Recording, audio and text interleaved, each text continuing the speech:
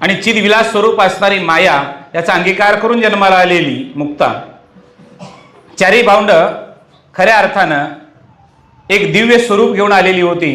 परंतु त्यांच्याही वाट्याला इतकं मोठं दुःख आलेलं होतं, कारण माधुरीच्या अन्नावरच सर्व काही चालायचं.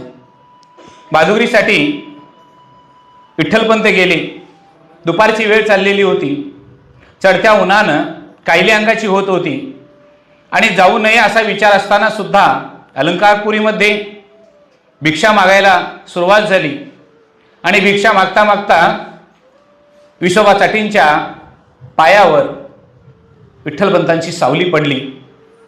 सावली पडल्यानंतर मात्र विसोबा चाटी अतिशय कडाडले. अरे संन्याशा, तुला कळतंय का नाही, तुझी सावली सुद्धा आम्हाला वर्ज्य आहे, तेव्हा तू माधुरी मागायला इथं आलास.